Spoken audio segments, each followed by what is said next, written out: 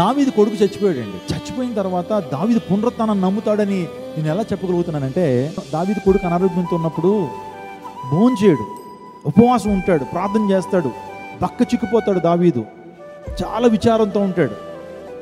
ఒకరోజు తన కొడుకు చనిపోయాడని వార్త వస్తుంది. చనిపోయిన తర్వాత వెంటనే లేవుతాడండి, లేచి స్నానం చేసేస్తాడు. లేచి స్నానం చేసి పౌడర్ రాసేసుకుని చక్కగా అన్నం తినేస్తాడు. ఎవరో దావీదు. అందరికీ పిచ్చెక్కిపోద్ది. అదేంటి, రోగ్రస్తుడిగా ఉన్నప్పుడేమో ప్రార్థన చేశాడు, ఉపవాసం ఉన్నాడు, అసలు అన్నమే తినలేదు, అసలు బక్క చిక్కిపోయాడు.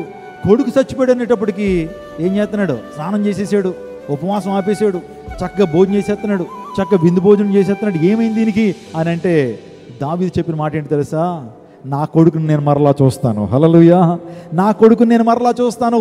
పునరుత్థానం నమ్మాడు ఎవరో? దావీదు.